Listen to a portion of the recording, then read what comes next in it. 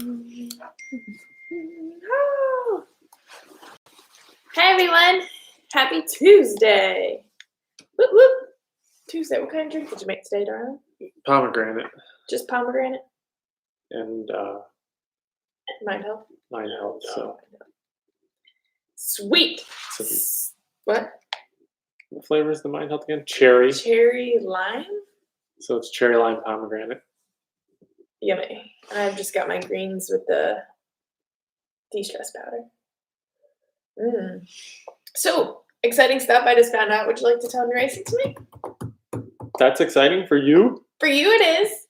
Okay. So I will be racing on CBS Sports Network tonight with the iRacing group. I'll be racing World of Outlaws sprint car. They'll also have the World of Outlaw late models on there, and we'll have me and Max McLaughlin representing the big block dirt modified guys. So hopefully one of us can do well. Put on a show. Yeah. So it's like just live on TV. Yeah, it's live on CBS Sports, and it's at 8:00. And they only chose 20 people to do it, and I was lucky enough to do it a few weeks ago. Maybe was it 3 weeks ago? Maybe I ran with them. And then the past couple of weeks I wasn't selected, so I'm pretty fortunate to get selected this week. Make sure we do it right so we can get invited back. Well, I'm thinking that if I try to hype it up more and I draw more fans in to watch, then I'm more valuable. So hopefully I can spread the word and get people to watch, and maybe I'll get to do it again next week. CBS tonight. Okay, so let's see. Brian, James, Andrew, John, Cody, David, Jason, Scott, Brian, Richard, John, Natalie, Jerry, Jim, JR, James, Jason, James, Prometheus, Cody, Mike. Hey, everyone. I love doing that. Hey. Love it. Let's see. It's sunny in Green Lane, Pennsylvania. Hello from Texas. Howdy from Texas. We've got a few Texans on here. That's cool. Yeah, it's sunny here.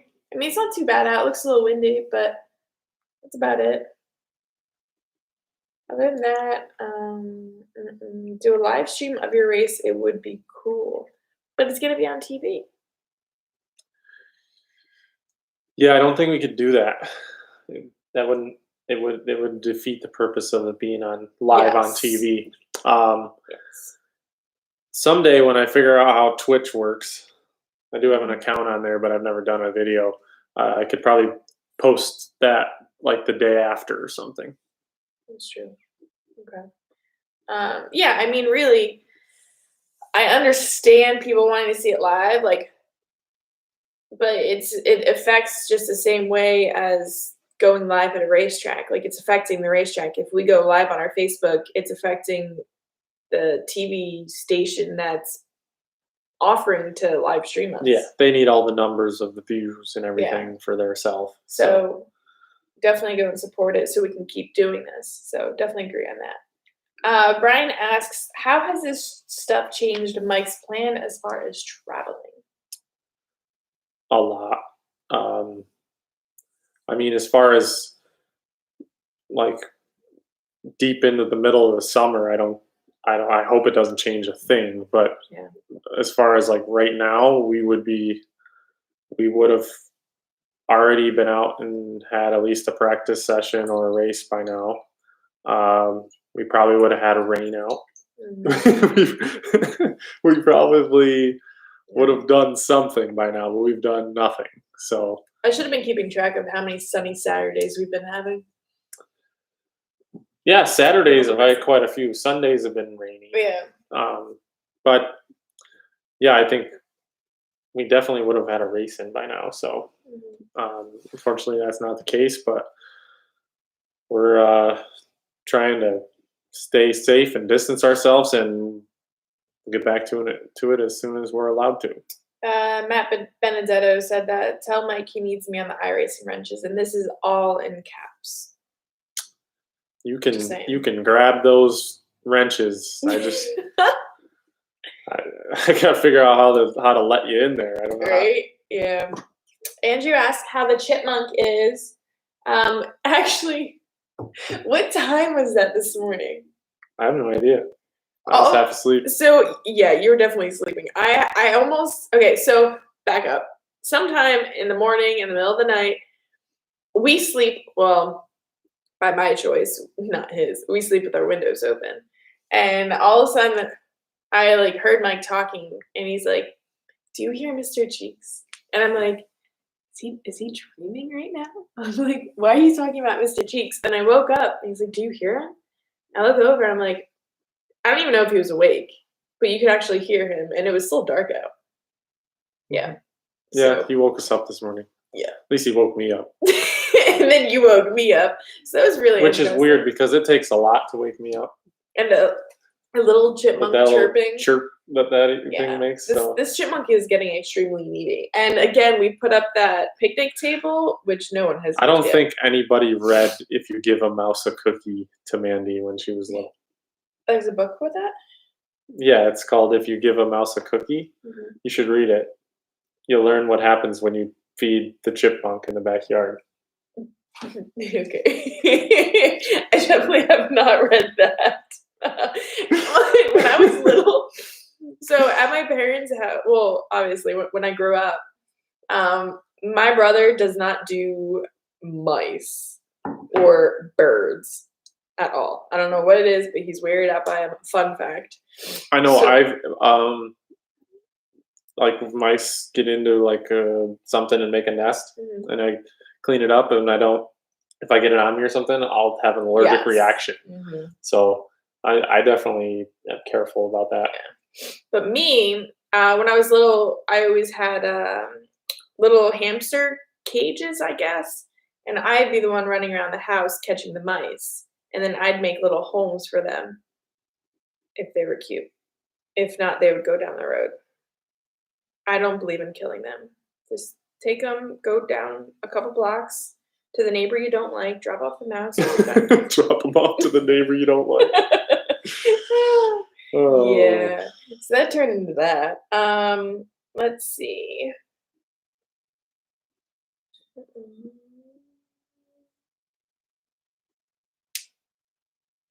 Apparently it's 64 degrees in Jersey. That's nice. Okay, so Schuylkill County, Pennsylvania. David says the governor has lifted some stuff. I hope we can go racing. Can't wait to see the pouches in Mike race. That's actually nice to know. I haven't really heard anything. But Mike Falcon asks, Mike or Mandee, do any dirt tracks in the Northeast run regular shows on Sundays? Utica Rome Speedway runs every Sunday, and I believe Cornwall runs Sundays, correct? Are we asking what about the Sundays? Yeah, those Cornwall are the tracks that run Sundays, weekly Sundays. Yeah. Yeah. I mean, Kutztown for the beginning, but that's not until like the middle of May. Right? Yeah, they switch back and forth between Sunday and Wednesday. Mm-hmm.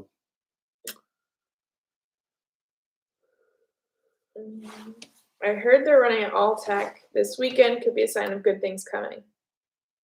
Oh, yeah, that would be a good sign. All right, positive thoughts. Oh, Jason White did a paint scheme for my wingless sprint on iRacing, so I can't wait to really show that off. Ooh. Yeah. Okay, Brandon's mom. That's interesting. Are you actually a mom or like? Okay, Mike. Do you use a mule when most teams tend to use a pit box?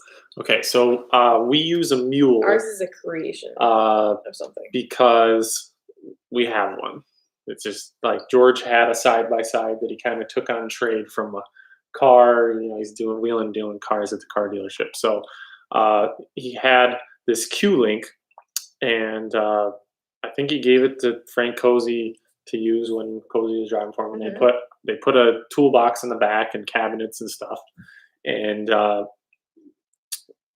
so we use that because, like at Malta, the pits are kind of tight when you come in. So if I had a flat at a race at Malta, we have to do our tire change over by the pit grandstands, which is a long ways from where we park. We can't drive back to our trailer, or else we're not allowed to come back out on the racetrack. So we have to have all of our tools and equipment over there. So you need the mule just for, weekly pit stops at Malta. Where at Orange County, we would be allowed to come back to our trailer on Saturday nights. Well, yeah. I mean, Eastern States. But last year at Airborne, when we raced Airborne on Saturday nights, we also parked a long ways from where we were allowed to pit. So again, we needed a remote toolbox, and dragging a pit cart there it's quite a lot of effort for the crew guys. I mean, it's much easier to have something that you can just get in and drive it over. But again, it's a matter of like, can they fit that in their trailer? Sure. So some teams will park as close as they can to the exit, the pit area. Yeah. I mean, otherwise, oftentimes, like at Malta, if you have a smaller trailer and you can't fit one of those pit mules in the trailer, you can much easier fit in the parking spot that's closer to pit area. Because seriously, nothing is worse. This just reminded me of 2 years ago. No, I think it was early last year. I think Billy might have been overheating or something happened. We were in Delaware, Delaware International, and we were late, so we parked all the way in the back.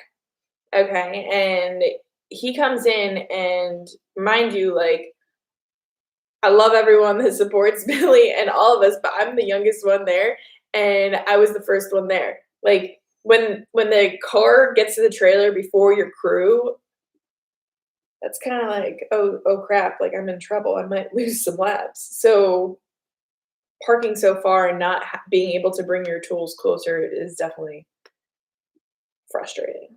Yeah. But I mean, if you can't afford a mule, there's other ways to do it. You can grab a lawn and garden wagon and throw some tires and wrenches and stuff in there and drag it over. You'll just see people dragging the jack and a tire and a gun. Yeah. Just like that. You do what you got to do. Whatever it takes. After that, because I was completely out of breath, I practiced for probably a good few weeks on the treadmill. I was just like envisioning, like, the donut dangling in front of you. I was just like running. We got to change tire. I should be carrying a tire. Yes. Anyways, okay.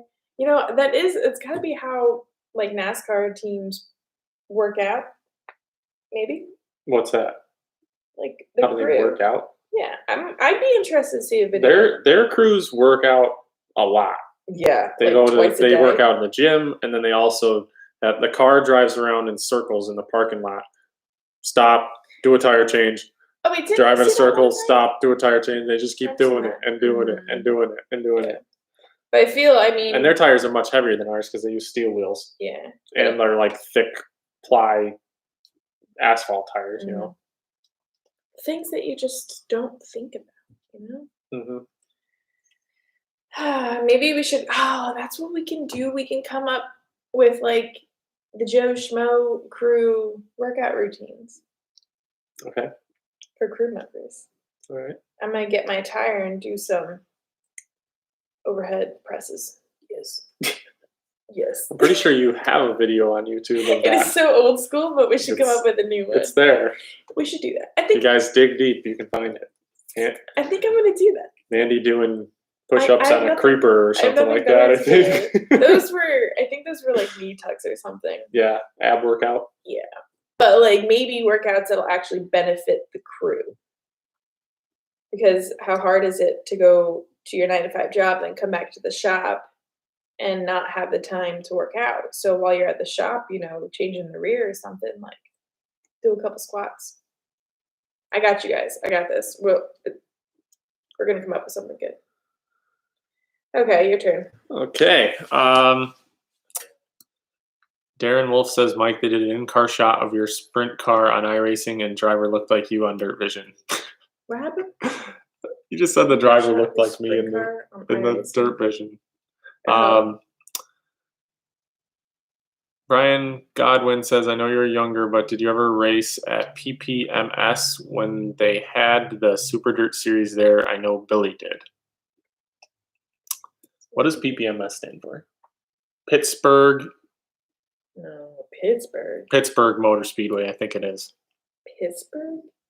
I've never even heard of that. I think so. Which Sounds like I think the PTSD. BRP tour went there, along with like Lernerville. Oh, so we're talking like west. Yeah, Yeah. correct. Pittsburgh is out west, Pennsylvania. Yeah. I did not go. Yeah, we're showing our age right now. Let's see, Jason White. So whose phone for the live? Wait, who uses whose phone for the live streams? We're actually on my Mac desktop at the moment because I've been just. We both have phones. Yeah, it's definitely a lot more clear on the phones, but this is just easier, so we can actually read. Even though Mike is sitting nice up close and personal because he's too lazy to use his phone. Because I like reading the screen. It's bigger.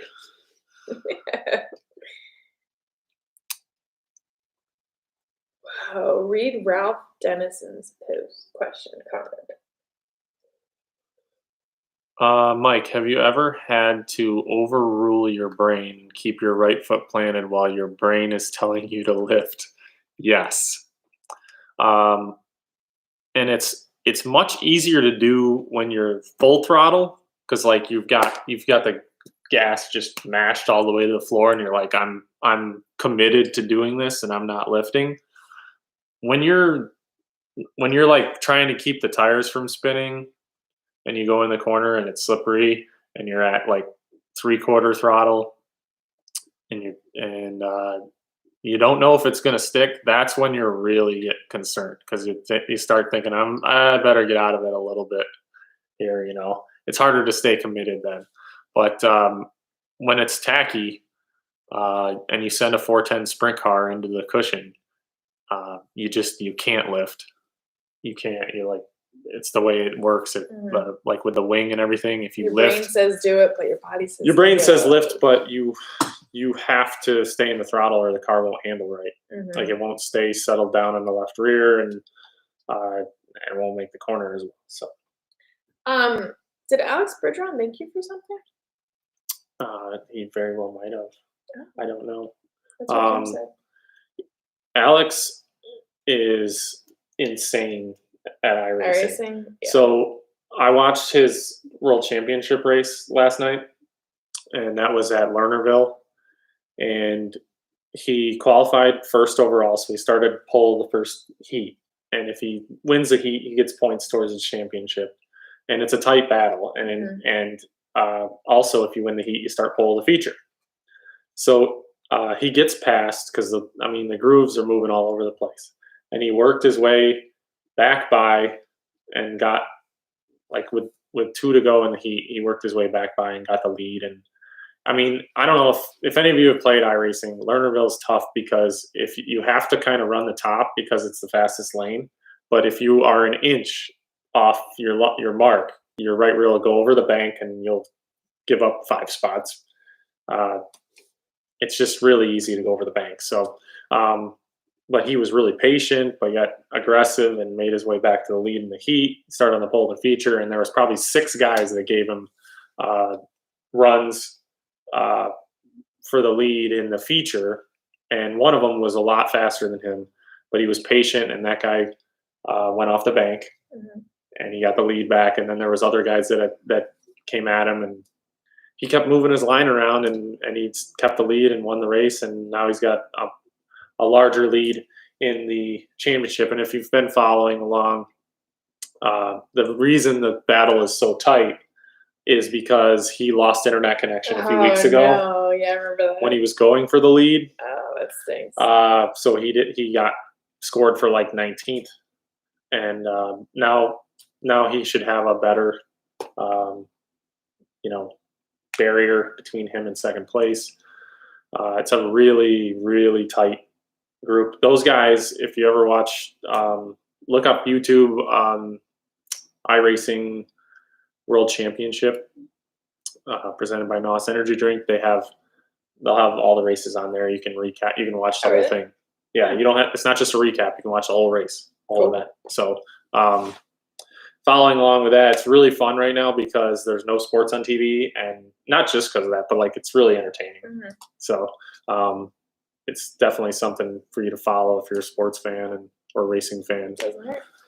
So And Joe, those guys are good, clean racers. They're not crashing and stuff like all of us. So-called pros. We get on Dirt Vision. We all just we make ourselves look silly. I mean, it's fun and everything, but like those guys make us look funny. it's completely different. Yeah.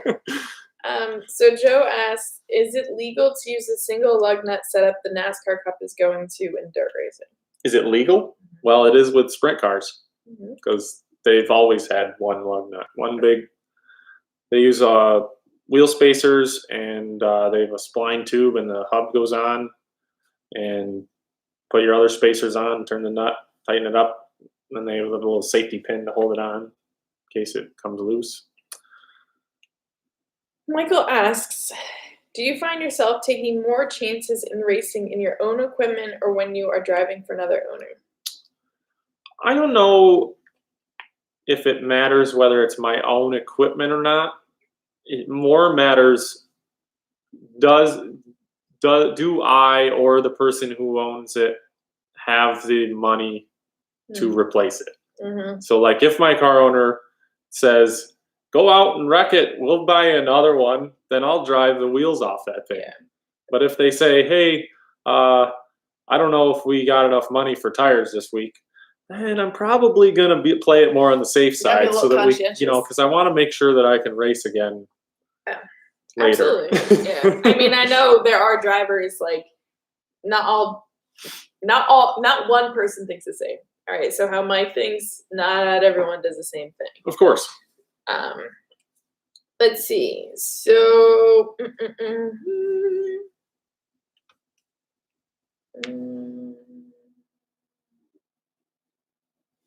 let's see. Ryan Lagoda says, Mike, do you feel that running two totally different types of cars, mod and sprint, during the same night helps you sharpen your driving for one or the other during that night? Yes, 100%.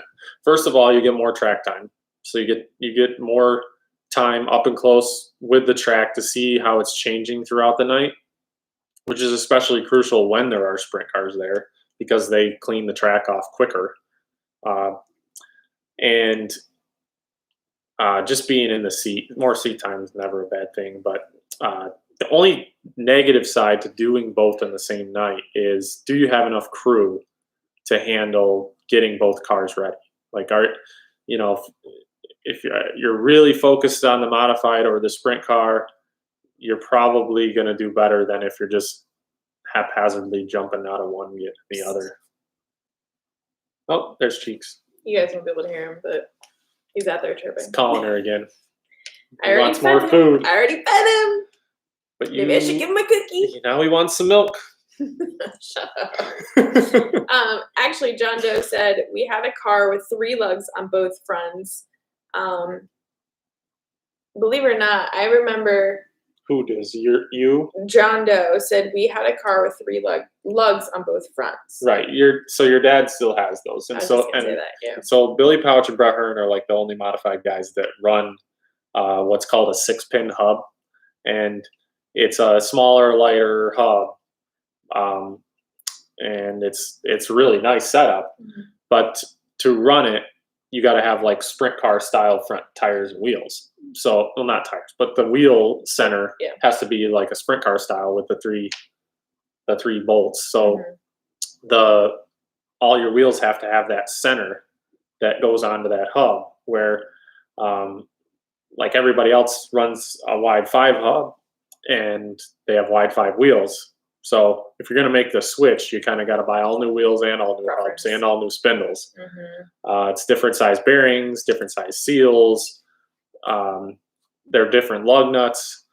I mean, it's kind of an endless thing. So if you're first getting into racing, you better decide, pick one or the other and stick with it, which I think that's why he's still using those, because he's just been doing it forever. Yeah. Well, I was going to run off with that is that obviously, like, preference, like Mike pointed out, but when I took my driver's ed test, the written, I put the wrong amount of lugs on a streetcar because I was relating it to a race car.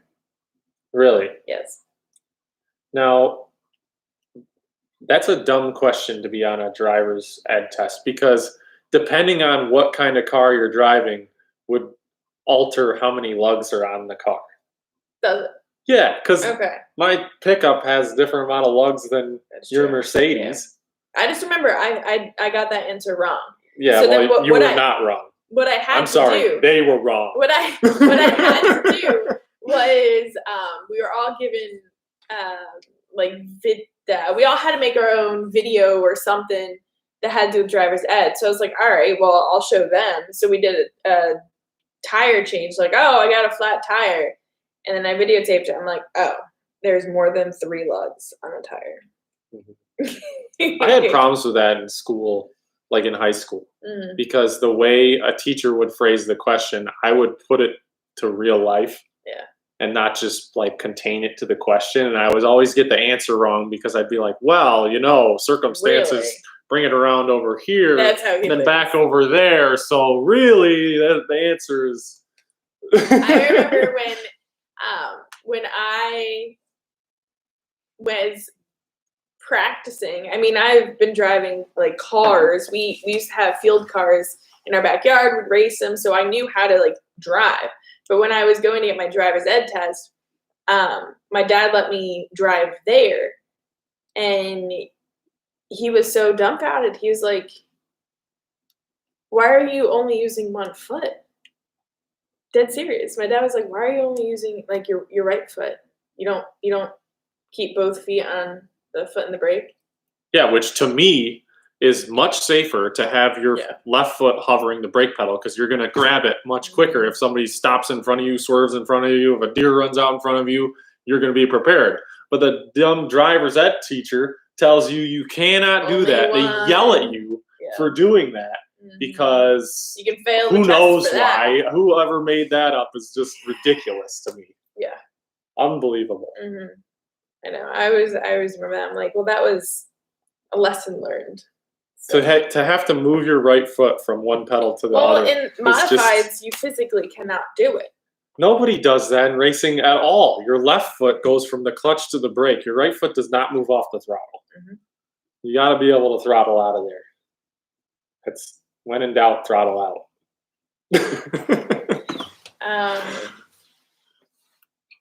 Let's see. What other questions we got, dear? Have you been able to work on Jenny lately?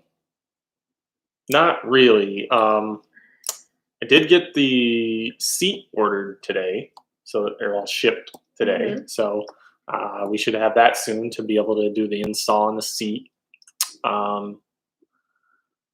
Trying to work on ordering the plumbing, and I don't know. The rest of it's really there. So Ryan said that my teacher told me it's because old ladies can panic and mash both at the same time. True story. I guess you could, but you could panic and mash.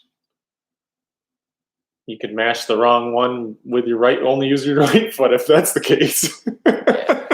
Yeah, they're all saying new drivers could hit both and cause mayhem. Well, new drivers, yes, that's understood.